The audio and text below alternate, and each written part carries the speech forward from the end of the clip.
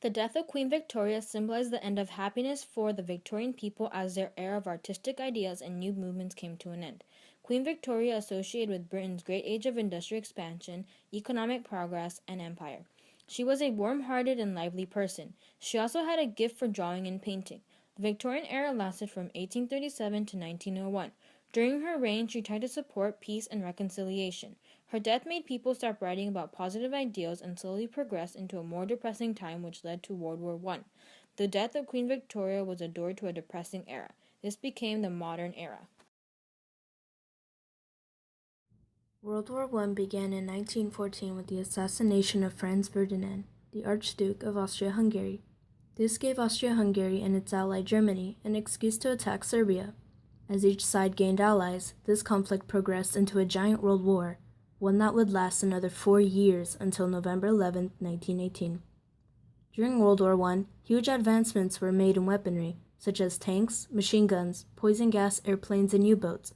But of course, this also meant the deaths of millions of soldiers. In Germany, the government told its people lies about the war in order to portray their country in a good light and increase nationalism. The government told people what to write about and censored information to only let the positive stuff out into the public. Punishment to those who depicted Germany poorly was also common. However, the soldiers who actually experienced the war knew how terrible it really was. While citizens at home heard wonderful news of glorious victories, soldiers on the battlefield actually witnessed the bloodshed. Some of those soldiers had enough courage to defy their government and tell people the truth about the war. One of those soldiers was Erich Maria Remarque, who actually experienced the war himself before being hospitalized for the rest of the war. During his hospitalization, he was probably motivated to speak the truth and talk about his own personal experiences. He wanted to show the people of Germany what the war was really like. Well, how does one talk about something that is so strongly censored by the very people who govern you? You write a book. Erich Maria Remarque's infamous novel, All Quiet on the Western Front, shows the reality of war and how truly devastating it can be. The main character, Paul Balmer, is a young man who enters the war thinking it will be a new and interesting, life-changing experience. Little does he know that the war would take away his youthful innocence as well as his humanity. Unfortunately, this is what happened to many of the young German men who entered the war. Remarque shows the true nature of war and trench warfare through his book. Many of the events in the book are also reflections of Remarque's life. For example, in the book, Paul has to carry his comrade Kat to the medics, only to discover with a horrible numbing pain that Kat is already dead by the time they reach the medic. It is now known that Remarque actually carried his buddy Trotsky out of enemy fire, but later his friend died of a head wound. Experiences like this motivated Remarque to share the truth about the war with others. And his book was so powerful and negative that Hitler himself had Remarque's and hundreds of other books banned and burned. The Great Depression was a long, tough time in history. It happened from 1929 to 1939. It all started with the stock market crash in October 1929. The Great Depression affected everyone. From cities to farms, people lost their jobs and many lives changed. The unemployment rate rose extremely high. The Great Depression created a modern welfare state. It also created a major political realignment.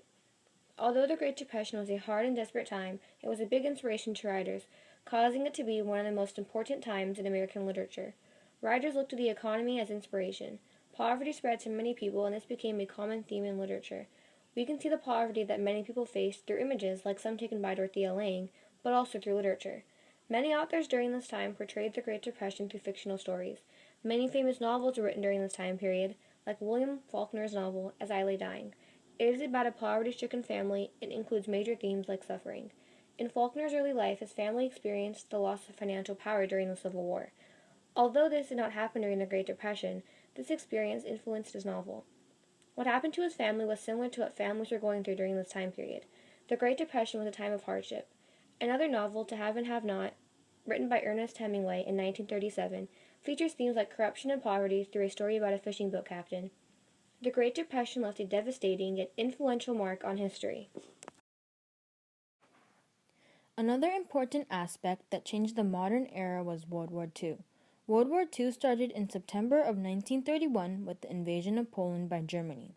This invasion will lead to 6 long years in the war, including over 30 countries and 45 to 60 million people killed. The start of World War II ended the intellectual, creative, and energetic era for literature. During this time, paper production took a hit as well. Paper was not being manufactured, and paper rationing affected the production of magazines and poems. In Germany, Adolf Hitler and the Nazi Party began to show absolute power and dictatorship.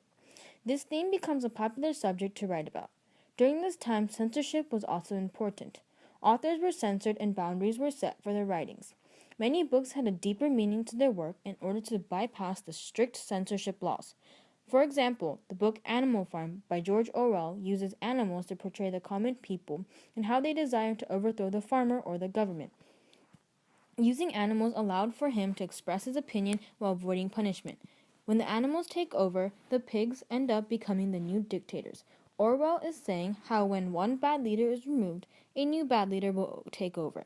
He probably was inspired by leaders such as Hitler, who took over a terrible government only to become a dictator himself. Queen Elizabeth II became Queen of Great Britain at the age of 25 in 1953 after her father had passed away. As Queen, she had weekly meetings with the country's prime ministers and has had a long and mainly peaceful reign. Although she is the Queen of Britain, she does not reveal her political views on matters. However, she does have duties to fulfill as Queen of not only Britain, but other smaller countries as well. She has helped evolve Britain into the Commonwealth of Nations. During the 1970s and 1980s, she traveled extensively to represent the United Kingdom at significant events, which has gained her international attention as well as widespread respect. Queen Elizabeth II has also modernized the monarchy in Britain, dropping some of its formalities and making some of its sites more accessible to the public. Today, Queen Elizabeth II is in her 80s and is seen as a responsible and diligent monarch. The people of Britain respect and admire her, holding some affection for her, especially because of her help during World War II, like being a nurse and cheering on people to stay strong. And honestly, how could you not adore that fragile smile and wave?